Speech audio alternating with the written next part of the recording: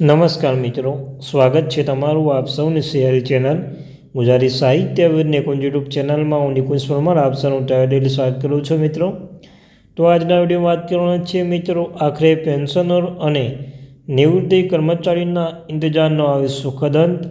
Pension news today તો કઈ બાબતમાં ચર્ચા કરવાના છીએ, પેન્શન ધારક બાબતે, નિવૃત્ત કર્મચારી બાબતે, તેના વિશે આજના વિડીયોમાં ચર્ચા કરીશું। ચર્ચા કરતાં પહેલાં જે વોટ્સઅપ ચેનલ, ટેલિગ્રુપ બંને બનાવે છે, લિંક ડિસ્ક્રિપ્શનમાં મૂકું છું, અવશ્યથી જોઈન થઈ જજો। તમને ચેનલ પર મિત્રો સરકારી કર્મચારી, નિવૃત્ત કર્મચારી, પેન્શન ધારક બાબતે, તેમના પગાર, પેન્શન, ડીઆર, એચઆરડી અને કોઈ પણ અપડેટ આવે તો પણ જાણ કરવામાં આવશે। તો આપણી આ ચેનલ એટલે કે મિત્રો ગુજરાતી સાહિત્ય વિદ નિકુંજ ચેનલને સબસ્ક્રાઈબ કરીને બેલ આઇકન બટન દબાવવાનું ભૂલશો નહીં। તો ચાલો જાણીએ આજની આ મહત્ત્વની અપડેટ। તો મિત્રો, 7મો પગાર પંચ ડીએ મર્જ કર્મચારીનો 8મા પગાર પંચની આતુરતાનો અંતની રાહ જોઈ રહ્યા છે। હાલમાં કર્મચારીના 7મા પગાર પંચ ડીએ પગાર લઈને રહ્યા છે। કર્મચારીના મોંઘવારી ભથ્થામાં લઈને એક મોટો અપડેટ આવી રહ્યું છે કે કર્મચારીના મોંઘવારી ભથ્થામાં સારો પગાર વધારો મળવાની અપેક્ષા છે અને હાલમાં 7મું પગાર પંચ હેઠળ મુજબ પગાર 53% ડીએ આપવામાં આવી રહ્યું છે। મોંઘવારી વધારો અનુસાર કર્મચારી તેમના મૂળ પગાર પર વધારાનો રૂપિયા આપવામાં આવે છે અને મોંઘવારી ભથ્થું કહેવામાં આવે છે। છેલ્લા એક વર્ષના કર્મચારીના મોંઘવારી ભથ્થામાં 60%નો વધારો થયો છે અને હાલમાં મોંઘવારી ભથ્થું 7મા પગાર પંચમાં નવીનતા અપડેટ છે કે હેઠળ મૂળભૂત પગારનો 53% વધારો તરીકે આપવામાં આવશે। મોંઘવારી ભથ્થું કેટલું વધ્યું છે? તો મિત્રો, સરકાર છેલ્લી વાર દિવાળી પહેલાં કર્મચારીઓ માટે મોંઘવારી ભથ્થામાં ડીએ વધારા માટે 3% વધારાની જાહેરાત કરી હતી। તે પહેલાં માર્ચ 2024માં 4% વધારો થયો હતો।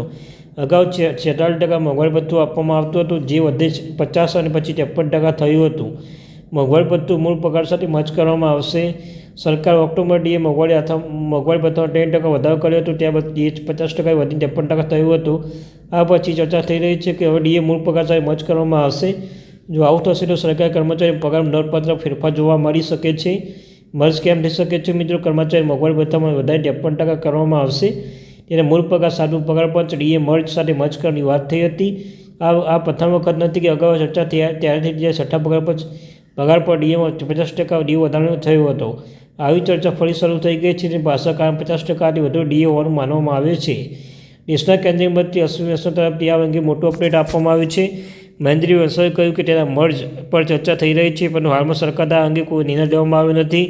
આ ભલામણ પંચમાં 6ઠ્ઠા કમિશન દરમિયાન પણ રોકવામાં આવી હતી।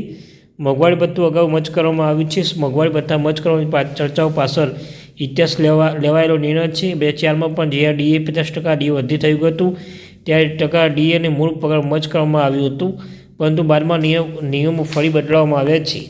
પગારમાં આખું બદલાશે। તાજેતરમાં 7મા પગાર પંચ મુજબ કર્મચારીને લઘુત્તમ બેઝિક પગારમાં 18,000 રૂપિયા મળે છે, એના પર 53% મોંઘવારી ભથ્થું મળે છે। જો આને મર્જ કરવામાં આવશે તો બેઝિક સેલરી સ્ટ્રક્ચર બદલાશે અને જેના ત્યારે અન્ય લાભો અને ભથ્થાઓમાં અસર થશે, જેના આધારથી પગારમાં માળખું પણ બદલાઈ જશે।